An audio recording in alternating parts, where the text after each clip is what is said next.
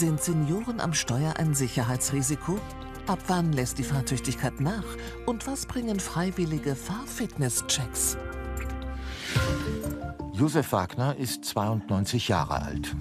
Jeden Tag fährt er mit seinem Auto raus an den Lech. Der Hobbyangler genießt hier am Fluss die Ruhe und die Natur. Seine Ausflüge kann er nur dank seines Autos machen. Für mich ist es einfach eine Notwendigkeit. Das Fahrzeug ist ein Teil meines Lebens, weil ohne diesen Teil könnte ich auch nicht leben. Also sollte man schon sehr vorsichtig sein, wenn man einen alten Menschen diese Beweglichkeit entzieht. Trotz seines hohen Alters fühlt sich Josef Wagner fit genug, am Steuer zu sitzen. Doch das will er schwarz auf weiß haben. Er macht heute den ADAC Fahrfitness-Check. Kosten etwa 95 €. Fahrlehrer Stefan Kantler will den Senior bei einer Autofahrt begleiten und sein Verhalten genau beobachten. Wie sitzt er drin? Wie schaut er? Wie lenkt er? Verhält er sich partnerschaftlich? Integriert er sich? Fährt er zögerlich oder fährt er tendenziell eher zu schnell?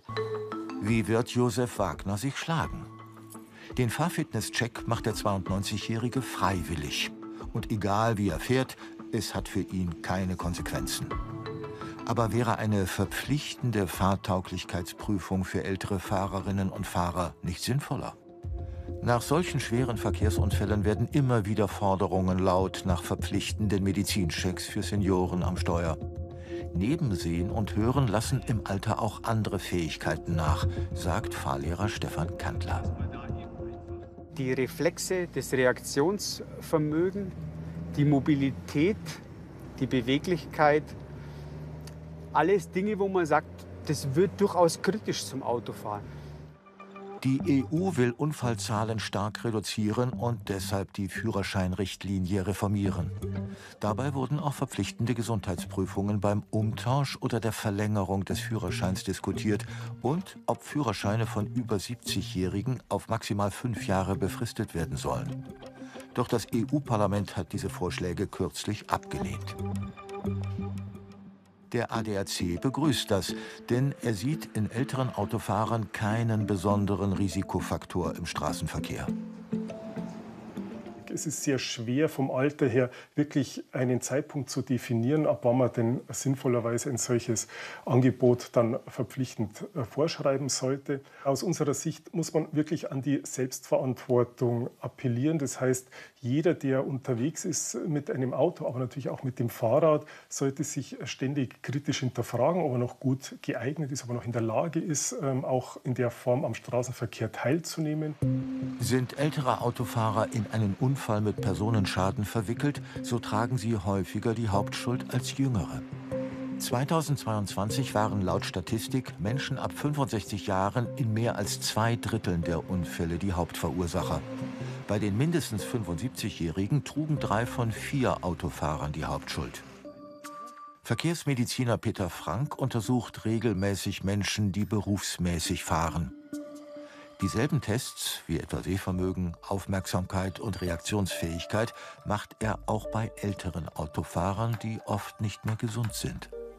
Das kommt immer wieder vor, dass Testanten hier sagen, sie sehen alles, aber beim Test sehen sie halt dann doch nicht die erforderliche Sehstärke. Wenn jemand nicht in der Lage ist, allein die Aufgabe zu erkennen oder die Koordination zwischen der Aufgabe am Monitor und dann mit der Hand zu reagieren, dann geben wir den guten Rat, das aufzuhören. Er findet verpflichtende Gesundheitschecks für Ältere sinnvoll. Einige andere europäische Länder schreiben das vor, wie etwa die Niederlande oder die Schweiz. Zurück zu Josef Wagner. Der 92-Jährige ist mitten in seinem Fahrfitness-Check.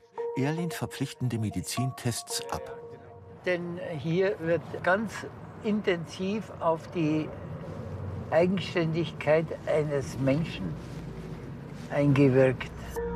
Trotz seines hohen Alters ist Wagner geistig und körperlich noch recht fit, findet der Fahrlehrer. Insgesamt hat er eine sehr ausgeglichene Fahrweise. Ja. Man merkt, dass er unglaublich Gefühl hat fürs Fahrzeug, ja. Dass er eine riesen Erfahrung mitbringt. und dass er einfach sein Leben lang schon viel Auto fährt. Ja. Schon seit vielen Jahrzehnten auf der Straße unterwegs ist auch Anna-Maria Lichtenstern. Ihr Auto nutzt die 84-Jährige so gut wie jeden Tag. Je nachdem, was ich gerade vorhabe. Und ich bin halt ein Mensch, der was spontan ist. Ich überlege mir nicht lang was. Das fällt mir ein und dann wird gefahren. Heute fährt sie nur noch kurze Strecken und innerorts. Sie hat schon gefährliche Situationen erlebt, wäre fast mal entgegen der Fahrtrichtung auf die Autobahn aufgefahren. Momentan fühlt sie sich zwar sicher am Steuer, aber... Ich gehe jetzt hier zur Kontrolle, lasse mich richtig untersuchen. Und wenn die Ärzte mich aufmerksam machen würde, Frau Lichtenstein, das geht nicht mehr, hören Sie auf mit dem Autofahren oder fahren Sie noch, ich werde sofort reagieren und nicht aufhören. Genauso sieht es auch der 83 Jahre alte Jakob Bogner. Den Fahrfitnesscheck macht er zum ersten Mal. Doch er lässt sich jährlich vom Arzt untersuchen. Weil mir einfach daran liegt, dass ich andere Menschen da nicht gefährde. Wenn ich mir vorstelle, ich hätte da einen Personenschaden, das wäre für mich also das Schlimmste. Fahrlehrer Anton Huberleck begleitet seit mehr als 11 Jahren Senioren beim Fahrfitnesscheck. Er musste schon so manchem nahelegen, den Führerschein abzugeben. Das Allgemeinwohl ist höher zu bewerten als das Einzelwohl. Weil warten, bis ein Unfall passiert oder wirklich ein Kind oder ein Radfahrer schwer verletzt wird, dann ist es zu spät. Dann sagt jeder, ja, hätten wir nur. Aber dann ist es zu spät. Ich muss vorher sagen, Schluss. Der 92-jährige Josef Wagner hat seine freiwillige Fahrtauglichkeitsprüfung mittlerweile hinter sich gebracht. Also aus meiner Sicht kann man den Herrn Wagner durchaus getrost und guten Gewissens noch weiter am Verkehr teilnehmen lassen. Da gibt es im Prinzip keine größeren Mängel. Und das macht mich schon froh, ja. Wobei ich es vorher auch schon gewusst habe. In Zukunft soll Josef Wagner mehr auf seine Geschwindigkeit und das Spurhalten achten. So kann er weiterhin sicher mobil sein.